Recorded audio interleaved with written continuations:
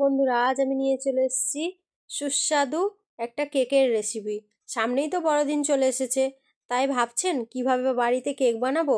তো তার জন্য আমি নিয়ে নিয়েছি একটি মাত্র ডিম, নিয়েছি কিছু কাজু কিশমিশ আর সুজি, আর নিয়েছি দুধ, বেকিং সোডা, বেকিং পাউডার, সাদা তেল।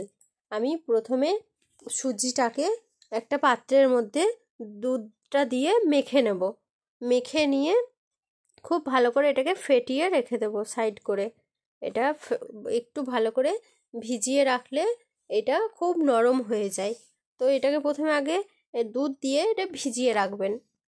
আর আমি অন্য আরেকটি পাত্রে, এটা যতক্ষণ ভিজছে ততক্ষণ আমি অন্য আরেকটি পাত্রে আমি একটা ডিম দিয়ে আর চিনিটা আমি আগে থেকেই মিক্সার গ্রাইন্ডের মধ্যে দিয়ে গুঁড়ো করে নিয়েছিলাম।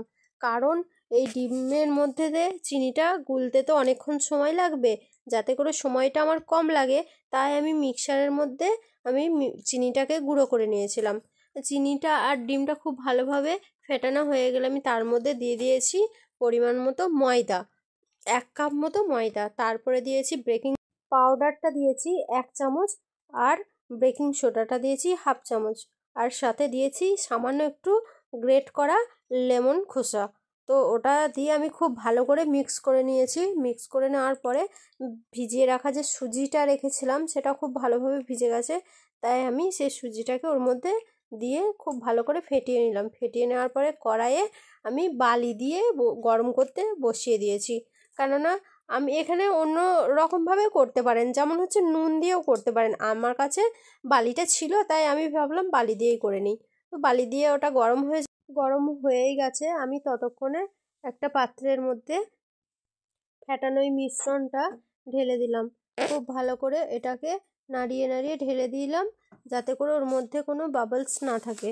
আর ড্রাই ফ্রুটস যেগুলো কুচিয়ে রেখে দিয়েছিলাম সেগুলো ওপর থেকে একটু ভালো করে দিয়ে দিলাম, যাতে করে এটা দেখতেও ভালো লাগে আর খেতেও ভালো লাগে। আপনারা এইভাবে বাড়িতে ট্রাই করে দেখতে পারেন। আর হ্যাঁ, একটা কথা তো বলতেই ভুলে গেছি, আমি এর মধ্যে 1/2 কাপ মতো সাদা তেল দিয়েছিলাম।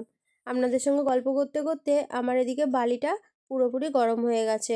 কেকের ব্যাটারটা আমি ওর মধ্যে আস্তে করে বসিয়ে রাখলাম, আর এই ঢাকাটা 30 থেকে 40 মিনিট মতো রেখে দেব, যাতে করে কেকটা পুরোপুরিভাবে ভিতর থেকে একদম ফুলে ফেঁপে ওঠে। আমার 30 মিনিট ঢাকা দিয়ে রাখাটা কমপ্লিট হয়ে গেছে। খুলে দেখে নিচ্ছি যে কেকটা কত সুন্দর হয়েছে। দেখুন, লোভনীয় হয়েছে না? আপনারাও এইভাবে বাড়িতে বানিয়ে ফেলুন।